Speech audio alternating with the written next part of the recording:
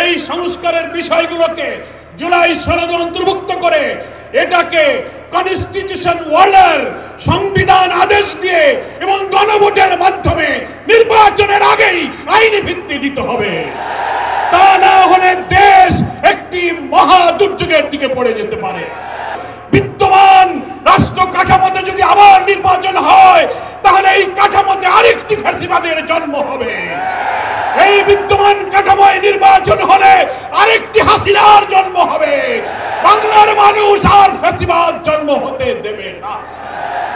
আমরা দেখতে পাচ্ছি একটি মহল রাজনৈতিক প্রভাব খাটিয়ে অথবা দুঃখজনকভাবে কোন শক্তির কাছে প্রভাবের কাছে মাথা নত করে সরকার এবং এই সিদ্ধান্ত গ্রহণকারী কর্তৃপক্ষ কখনো কখনো লেভেল প্লেইং ফিল্ড রক্ষা করতে পারছেন না। আমরা দাবি করেছি জুলাই সনদের আইনি ভিত্তি নিয়ে তার ভিত্তিতেই আগামী নির্বাচন হতে হবে।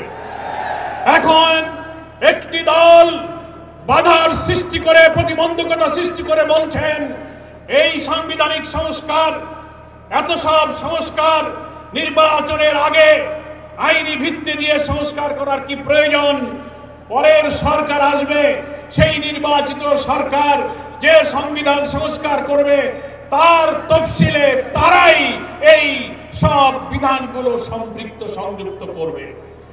এটা হচ্ছে গণ আকাঙ্ক্ষার সাথে বিরোধিতা।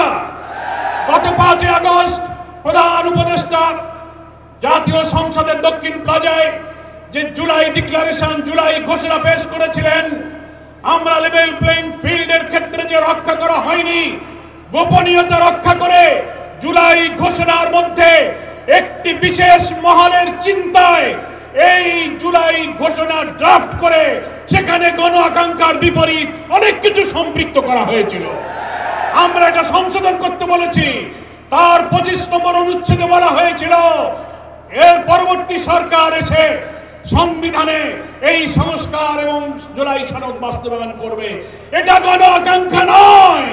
আমরা বলেছি এই ইলেকশনের আগেই আইনি ভিত্তি দিতে হবে এবং এই 84টি সাংবিধানিক এবং রাজনৈতিক নানান সংস্কার আমরা যে ঐক্যমত্য পোষণ করেছি, আরো 20টির মধ্যে প্রায় 8টি নোট অফ ডিসেন্ট যারা দিয়েছেন, বাকিটি আমরা একমত হয়েছি এই সংস্কারের বিষয়গুলোকে জুলাই সনদে অন্তর্ভুক্ত করে এটাকে কনস্টিটিউশন ওয়ার্ল্ডের সংবিধান আদেশ দিয়ে এবং গণভোটের মাধ্যমে নির্বাচনের আগেই আইনি ভিত্তি দিতে হবে। তা না হলে দেশ একটি মহা দুর্যোগের দিকে পড়ে যেতে পারে।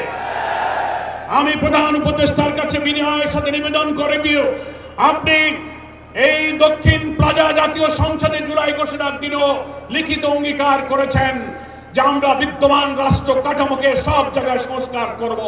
কই আজকে যারা বলছেন নির্বাচিত পরের সরকার এসে সেটা সংস্কার করবে, তার অর্থ হলো এই দলেরই বড় স্থায়ী কমিটির নেতারা বক্তৃতায় বলছেন এখন আপনারা যত আইন সংস্কার করেন, যত কিছু বানান না কেন, আমরা ক্ষমতায় গিয়ে তা মুছে দেব।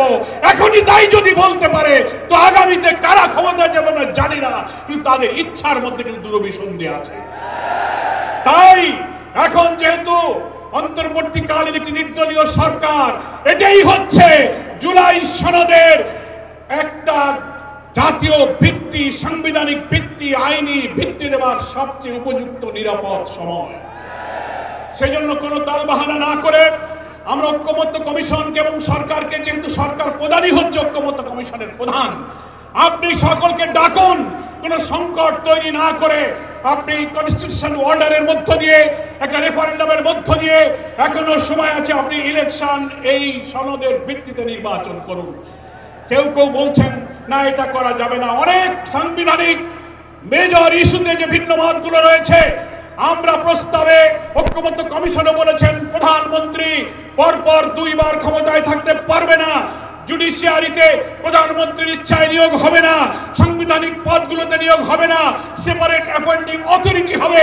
এই সংস্কার যদি এখন না হয়, প্রেসিডেন্ট প্রধানমন্ত্রীর ক্ষমতার ভারসাম্যগুলো ঠিক করার জন্য যত সংস্কার এত 2 মাসে আমরা করলাম, তা যদি ইলেকশনের আগে না হয়, বিদ্যমান রাষ্ট্র কাঠামোতে যদি আবার নির্বাচন হয়, তাহলে এই কাঠামোতে আরেকটি ফ্যাসিবাদের জন্ম হবে।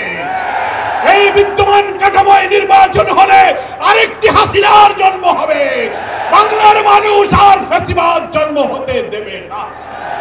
সেই জন্য লেভেল প্লেইং ফিল্ড আপনারা মেনটেন করতে পারছেন না। জুলাই সনদের আইনে ভিত্তি দিন, কনস্টিটিউশন অর্ডার জারি করুন, গণভোট দিন, ফ্যাসিবাদের দোসরদের রাজনীতি অকার্যকর করে তাদের কার্যক্রম স্থগিত করুন এবং আপনারা নির্বাচনের পূর্বে প্রতিশ্রুতি দিয়েছিলেন ঘৃণ্য মানবতা বিরোধী অপরাধীদেরকে দৃশ্যমান বিচার এই নির্বাচনের আগেই জাতির সামনে দেখাতে হবে।